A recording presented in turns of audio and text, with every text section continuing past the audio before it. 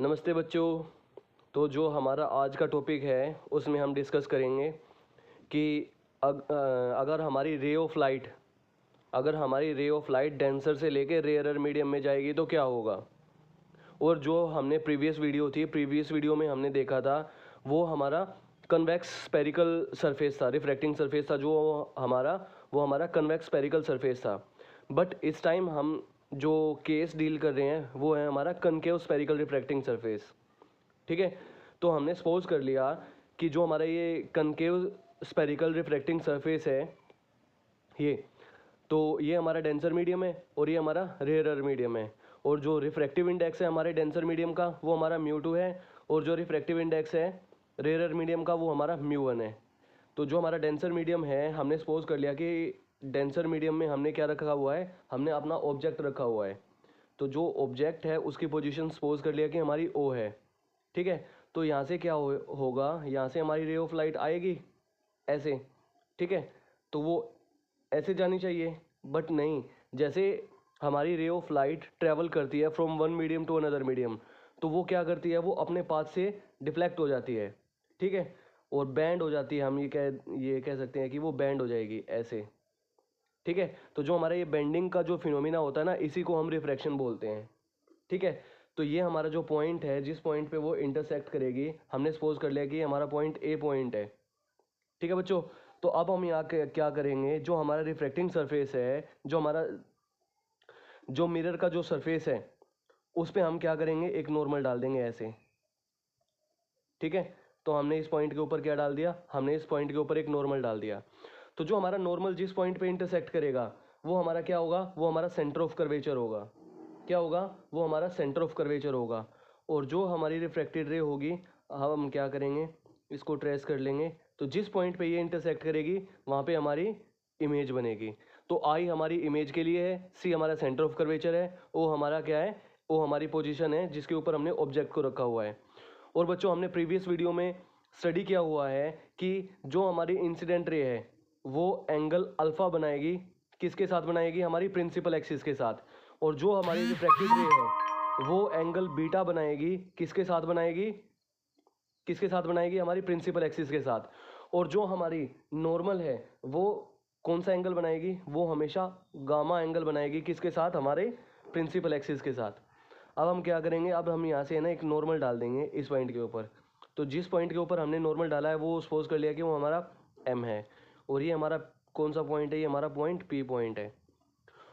तो बच्चों हमने देखा था और हमने प्रीवियस जो हमारी वीडियोस है उसमें हमने स्टडी किया था कि जो हमारा पूरा का पूरा ये डेरिवेशन है वो हमारा कुछ एक एजम्पशंस हैं उनके ऊपर बेस्ड है। तो जो हमारा फर्स्ट एजम्पशन है वो क्या है कि जो हमारा angle alpha beta gamma, angle I और एंगल आर, वो सारे के सारे क्या है, वो सारे के सारे बहुत ही छोटे हैं। क्यों है, क्योंकि जो हमारा अपर्चर है ना हमारा रिफ्रैक्टिंग सरफेस का वो बहुत ही छोटा है। ठीक है, तो जो ये हमारी इंसिडेंट रे है और ये हमारा क्या है, ये हमारी इंसिडेंट रे है और ये हमारी क्या है, ये हमने नॉर्मल डाला हुआ था। तो इंसिडेंट रे नॉर्मल के साथ कितना कौन सा एंगल बनाएगी, वो हमारा एंगल ऑफ इंसिडेंस बनाएगी। ठीक है, और ये हमारी रिफ्लेक्टेड रे है और ये हमारा नॉर्मल है। ठीक है, तो ये इसके साथ कौन सा बनाएगी, ये इसके साथ एंगल ऑफ रिफ्रैक्शन बनाएगी। ठीक है बच्चों, अब हमें पता है कि जो हमारी इंसिडेंट रे है वो हमारी सेकंड मीडियम में है। तो स्नेल्स लॉ के अकॉर्डिंग म्यू नॉट साइन आई क्यों आएगा, क्योंकि जो हमारी इंसिडेंट रे है साइन आई क्या रिप्रेजेंट करेगा, एंगल ऑफ इंसिडेंस। और ये हमारा एंगल ऑफ इंसिडेंस कौन से मीडियम में है, वो हमारा डेंसर मीडियम में है। ठीक है, और वो किसके इक्वल होता है, μ1 इंटू साइन आर के इक्वल। ऐसा क्यों, क्योंकि जो हमारी रिफ्रैक्टेड रे है वो कौन से मीडियम में है, वो हमारी रेयरर मीडियम में है। तो इसी वजह से यहाँ पे μ1 आया और इसी वजह से यहाँ पे μ2 आया है। तो अब हम यहाँ पे क्या करेंगे, अब हम यहाँ से है ना μ2 बाई μ1 की वैल्यू कैलकुलेट कर लेंगे। ठीक है, तो हमारा μ2 बाय μ1 है वो किसके इक्वल आ जाएगा, वो आ जाएगा हमारा साइन आर बाय साइन आई के इक्वल है। ठीक है, और जैसा कि मैंने आपको अभी अभी बताया है कि जो हमारे एंगल आई और एंगल आर है वो क्या है, बहुत ही छोटे एंगल है। तो इसी वजह से जो हमारा साइन आर है उसको हम आर लिख सकते हैं, साइन आई को हम क्या लिख सकते हैं, आई लिख सकते हैं। अब हम क्या करेंगे, इसकी क्रॉस मल्टीप्लाई कर देंगे। तो कैसे करेंगे, mu naught by μ1 is equal to R by I. तो अब हम क्या करेंगे, इसकी क्रॉस मल्टीप्लाई कर देंगे। तो क्या आ जाएगा, μ2 into I is equal to μ1 into R के इक्वल आ जाएगा हमारे पास ये। ठीक है बच्चों, तो ये हमारा किसके इक्वल आ जाएगा, mu two I is equal to mu one into R. अब जैसा कि हमने प्रीवियस वीडियोस में किया था, तो ये तो हमारा फर्स्ट स्टेप हो गया। तो जो हमारा नेक्स्ट स्टेप है वो क्या है, वो है हमारा कि हमें एंगल आई और एंगल आर है ना, उनकी वैल्यूज कैलकुलेट करनी है। तो जो हमारा एंगल आई ये है, तो एंगल आई को कैसे कैलकुलेट करते हैं, सबसे पहले तो हमें वो दो लाइंस लेनी होती है जिसने इस एंगल को बनाया है। अब बच्चों ध्यान से देखो कि जो हमारा एंगल आई है वो किन दो लाइंस ने बनाया है, ए सी और ओ ने मिलके क्या बनाया है, एंगल आई बनाया है। तो हम क्या करेंगे, हम लेंगे ट्राइंगल ए सी ओ। ठीक है, तो जो हमारा ए सी ओ है उसमें देखो कि जो हमारा एंगल आई है वो क्या हमारा एक्सटर्नल एंगल है, और हमें पता है कि जो हमारा एक्सटर्नल एंगल होता है वो किसके इक्वल होता है, सम ऑफ इंटरनल अपोजिट एंगल्स। तो वो क्या हो जाएगा हमारा अल्फा प्लस गामा। ठीक है बच्चों, तो हमारा एंगल आई है वो किसके इक्वल आ जाएगा, अल्फा प्लस गामा। अब हम क्या फाइंड आउट करेंगे, एंगल आर की वैल्यू कैलकुलेट करेंगे। तो जो हमारा एंगल आर है, तो अब देखो जो हमारा एंगल आर है वो किन दो लाइंस ने मिलकर बनाया है, एक तो हमारी ये वाली लाइन है ए आई, और दूसरी लाइन हमारी कौन सी है, ए सी। तो फ्रॉम ट्राइंगल ए सी आई, तो फ्रॉम ट्राइंगल ए सी आई, तो जो ए सी आई है इसमें भी देखो कि जो हमारा एंगल आर है वो क्या हमारा अपोजिट एंगल है, सॉरी एक्सटर्नल एंगल है, और वो किसके इक्वल हो जाएगा, वो इक्वल हो जाएगा बीटा प्लस गामा के इक्वल हो जाएगा। ठीक है, तो हमने एंगल आई और एंगल आर की वैल्यू है वो हमने कैलकुलेट कर चुके हैं। अब हमारा जो नेक्स्ट स्टेप होगा, वो नेक्स्ट स्टेप क्या होगा, इसमें हमें क्या कैलकुलेट करना है, इसमें हमें कैलकुलेट करना है अल्फा बीटा और गामा की वैल्यू को कैलकुलेट करना है। तो जो हमारी अल्फा की वैल्यू है हम कैसे कैलकुलेट कर सकते हैं, अल्फा की वैल्यू को हम कैलकुलेट कर सकते हैं from triangle A M O. So from triangle A M O, तो जो हमारा ए एम ओ ट्राइंगल है वो कौन सा है, ये हमारा ट्राइंगल है ए एम ओ, ये एंगल हमारा अल्फा है। ठीक है, तो हमें पता है कि जो हमारा टेन अल्फा होता है वो किसके इक्वल होता है, परपेंडिकुलर अपॉन बेस। तो परपेंडिकुलर हमारा कितना है, ए एम, और बेस हमारा कितना है, ओ एम। ठीक है, तो ये इसके इक्वल आ जाएगा। और हमें पता है कि जो हमारा अल्फा एंगल है वो भी क्या है, बहुत ही छोटा है। तो टेन अल्फा को हम कैसे लिख सकते हैं, अल्फा। तो ये किसके इक्वल आ जाएगा, A M upon O M के इक्वल आ जाएगा। तो बच्चों ऐसे हमने अल्फा की वैल्यू को कैलकुलेट कर लिया है। अब बारी है बीटा की, तो बीटा को हम कैसे कैलकुलेट कर सकते हैं, बीटा की वैल्यू को हम कैलकुलेट कर सकते हैं from triangle A M I से। So from triangle A M I, तो ए एम आई हमारी ये वाली ट्राइंगल है, ये हमारा ए पॉइंट है, ये एम है, और ये हमारा आई पॉइंट है, और ये हमारा एंगल बीटा बना हुआ है यहाँ पे। और हमें पता है कि जो हमारा टेन बीटा है वो किसके इक्वल होता है, परपेंडिकुलर अपॉन बेस ना।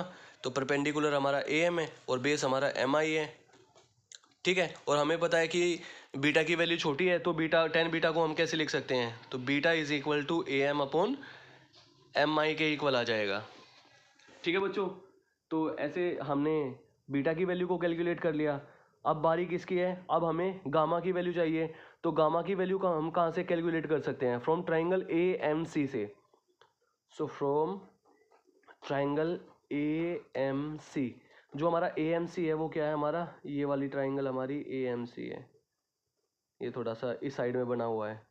तो ये हमारा, ये ऐसे नहीं है, ये हमारी जो ट्राइंगल बनी हुई है वो यहाँ पे बनी हुई है। ठीक है, तो ये हमारा पॉइंट ए है, ये हमारा पॉइंट एम है, और ये हमारा पॉइंट सी है। तो जो हमारा गामा एंगल बना हुआ है वो हमारा यहाँ पे बना हुआ है। तो बच्चों यहाँ पे हमारा गामा एंगल बना हुआ है, तो हम क्या निकाल लेंगे, हम टेन गामा की वैल्यू को कैलकुलेट करेंगे।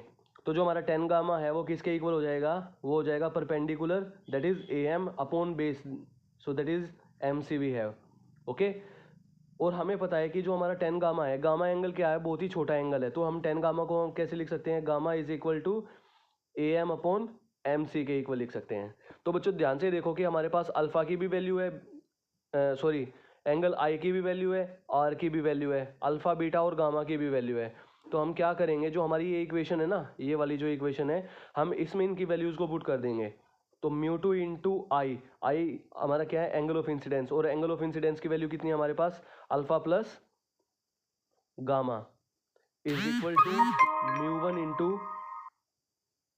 म्यू वन इंटू ये कितना हमारा आर ना, तो आर की वैल्यू हमारी कितनी है, बीटा प्लस गामा, तो हमने यहाँ पे बीटा प्लस गामा की वैल्यू को पुट कर दिया।